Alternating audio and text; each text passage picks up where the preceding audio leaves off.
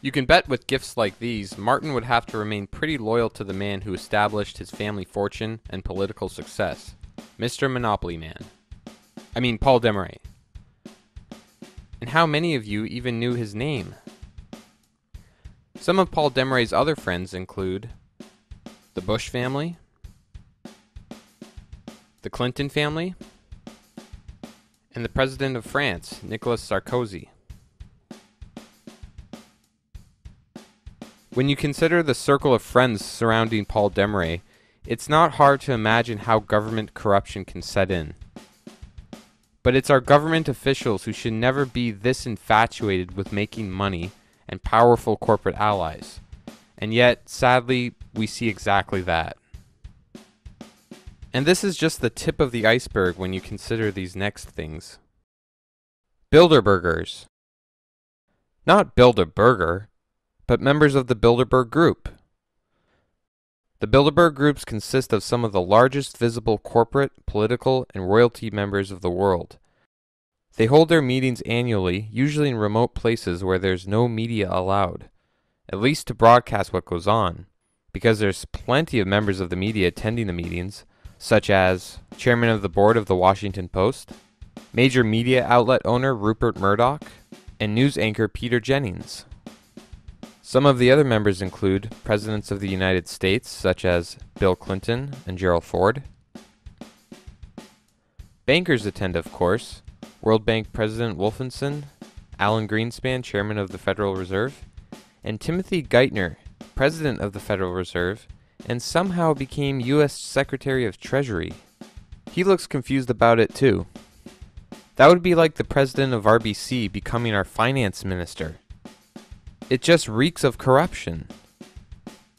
Dozens of corporate giants sit in as well, such as the CEO and chairman of Google, the CEO of IBM, and the chairman of Nokia and Shell. And who could forget the hard-working royal families? Prince Charles of England and Queen Sophia of Spain.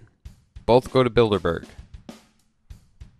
And wouldn't you know it, Pierre Trudeau, Jean Chrétien, Paul Martin, and Stephen Harper have also all attended.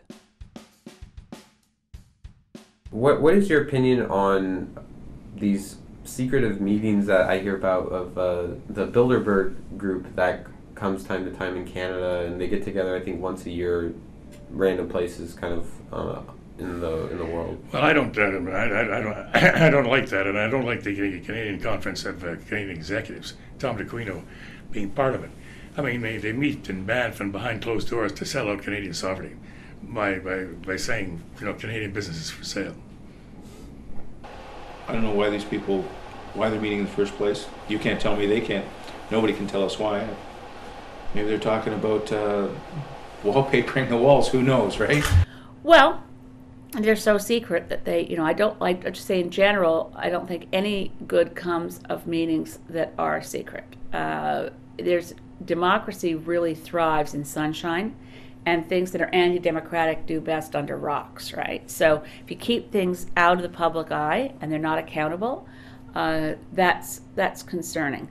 Obviously, if you're negotiating a peace agreement, the doors are shut till you come out. I mean, that's a good thing.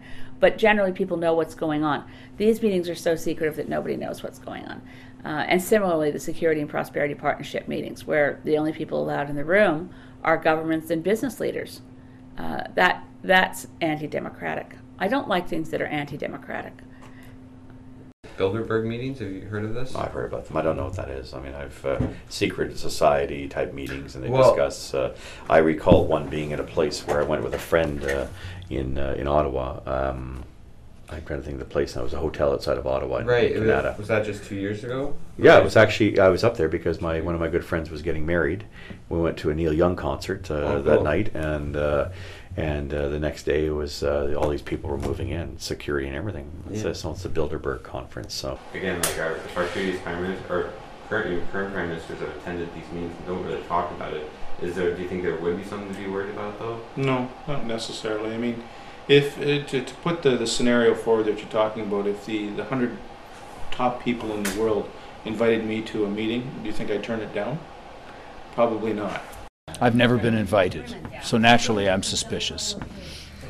It's an interesting group, but I can't firmly say that I don't know that I know nothing about it. I mean, I've heard what it could mean. I listen to Richard Serrett from time to time on CFRB at give me a time, 10 o'clock at night. I don't know, but I'd certainly like to learn more about it. But it is apparently behind closed doors. I'm suspicious of those meetings. Were you ever invited or? No, they know my views about it. In 1996, Paul Martin and Jean Chrétien, among other Canadians, attended the Bilderberg meeting held in Toronto King City. The building picked was naturally a $66 million resort, which was then owned by CIBC Bank.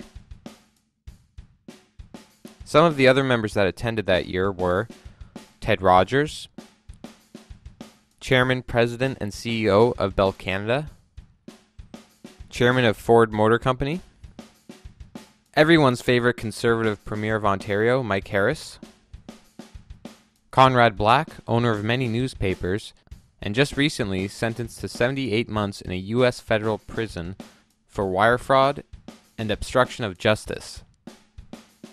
Chairman of CIBC Bank, President of the National Bank of Hungary, David Rockefeller, Chairman of the Chase Manhattan Bank, and many, many more. But for those of you who don't know the Rockefeller family, they have a bit of a nasty history of playing Monopoly in America, as well as being a major supporter in the creation of a one-world government. But don't take my word for it. Listen to David Rockefeller himself. We are grateful to the Washington Post, the New York Times, Time Magazine, and other great publications whose directors have attended our meetings and respected their promises of discretion for almost 40 years. It would have been impossible for us to develop our plan for the world if we had been subject to the bright lights of publicity during those years. But the world is now much more sophisticated and prepared to march towards a world government. The supranational sovereignty of an intellectual elite and world bankers is surely preferable to the national autodetermination practiced in past centuries. I wish I was making this stuff up, but if you open up page 405 in Rockefeller's own autobiography, he states that, for more than a century, ideological extremists at either end of the political spectrum has seized upon well-publicized incidents such as my encounter with Castro to attack the Rockefeller family for the inordinate influence they claim we wield over American political and economic institutions. Some even believe we are part of a secret cabal working against the best interests of the United States, characterizing my family and me as internationalists, and of conspiring with others around the world to build a more integrated global political and economic structure. One world, if you will. If that's the charge, I stand guilty, and I am proud of it. I bring this up because this man attends the same secret meetings all of our leading government officials do. Now, those are the three issues that I'm working on.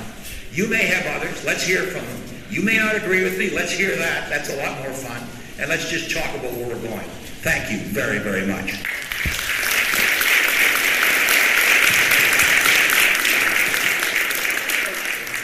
I was able to catch up with Paul Martin on this topic at the University of Waterloo with a youth group I was a member of called Future Canada. This was about, I believe in 1996, you attended a meeting called the Bilderberg meeting, and as I think you were Minister of Finance at the time. Not many people know about the Bilderberg meeting. I try to speak to people about it and they think I'm crazy or that it doesn't exist or anything like that. Namely because it's not really widespread in media, and in fact a lot of media representatives actually attend the meetings themselves, and they just choose not to disclose the information and context of it. I'm just wondering, in 1996 when you attended, like just details, like I mean, if you could explain like who invited you, why did you go, what are your thoughts on it? Well, I can't remember who invited me, but I remember going once. The Bilderberg meeting is a meeting of very influential people around the world. Canada, at that point, was considered a third world basket case. We were in trouble up to our eyeballs, and I had to go, I essentially went to common markets, went to them and say, look, we're getting our act together, and it worked. Okay, well, one of the members of the Bilderberg meeting actually, sorry? Are you not going to take questions from the floor? Okay, guys, finish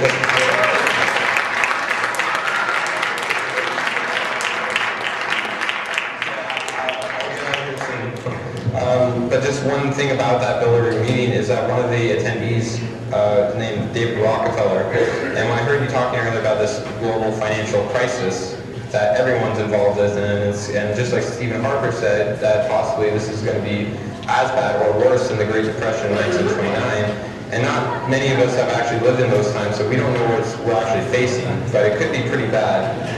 And one of the members of the Bilderberg meeting stated in the Bilderberg meeting that we are on the verge of a global transformation. All we need is the right major crisis, and the nations will accept the New World Order. And this is someone who attended the same meetings as you, and no one really knows about it. In fact, actually, most of the last 4 or 5 prime ministers we've had have attended these meetings too. Stephen Harper, John Critchin, and so on and so on.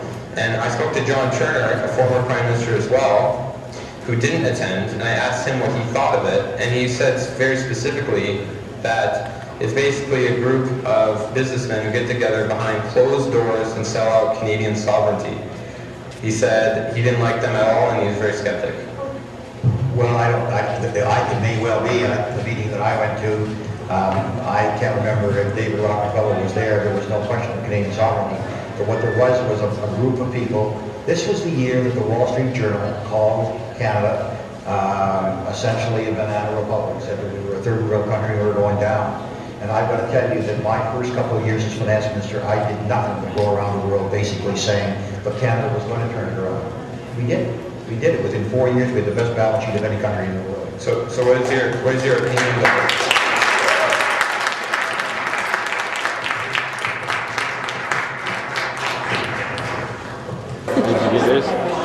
What's up, buddy? It was really good. It was really good stuff. Yeah. I don't know if the system did he come over? And he told me to because I don't know what it was. He just said that I could ask no more questions. Yeah. Again, that's what his chief of staff told me. Yeah, that's what I thought. Yeah, I think there was a little bit of an attack on him, to be honest. Yeah. And so he said, if he's going to ask him more questions, that he would just have Mr. Martin leave. Okay, if you're an RCMP officer, could you care to explain why Canadian tax dollars are going to protect this guy instead of putting him behind bars? He's conspiring with international bankers in secret who openly talk about world domination via major world crises, on top of participating in the largest theft ever committed in our country's history. And when confronted about all of this, he acts like a child and has his chief of staff remove my microphone. Is this any way for a Prime Minister of Canada to act? Surely this is newsworthy. Good thing CTV was there to catch the footage. University of Waterloo, an unusual send-off. While most students kick off Reading Week with a party, a large crowd gathered to get a chance to talk with former Prime Minister Paul Martin. CTV's Nicole Lampa is here with this story. Nicole, what did they discuss? Kyle, given that Martin was a former finance minister, the economy was the key discussion. Every country is focusing on what can they do in order to stimulate their national economies. A worldwide problem is being felt by these students. What can we as the West? Matthew Castle asks a former prime minister and finance minister how to survive the economic downturn, not just as a student, but also as a future leader. As a young person, I'm going to be inheriting this economy. I'm going to be inheriting the budget deficit that Stephen Harper's now racking up. And I think it's important for me to be informed so that I can make good choices and make good decisions. When you have someone that has done it in the past and affected change, be it whether you agreed with the way he did it or not, it really inspires you to do something. Others feel the same way. It's just interesting to hear someone of this caliber speak on these kinds of issues. He can tell us a lot about what's going on. He has a ton of perspective. He was a fantastic politician. In my experience is that you can't judge these crises, and they are normally worse, which is why you've got to as a country, keep your balance sheet in surplus, and you got to make sure you have the room to maneuver. The economy wasn't the only topic. Martin also talked about Canada's treatment of Aboriginals, our role in Africa, and Afghanistan. For Matthew, these are issues he doesn't mind tackling. I think when times are tough, that's when you're most needed. And if I would have something to contribute, I'd be more than happy to do it.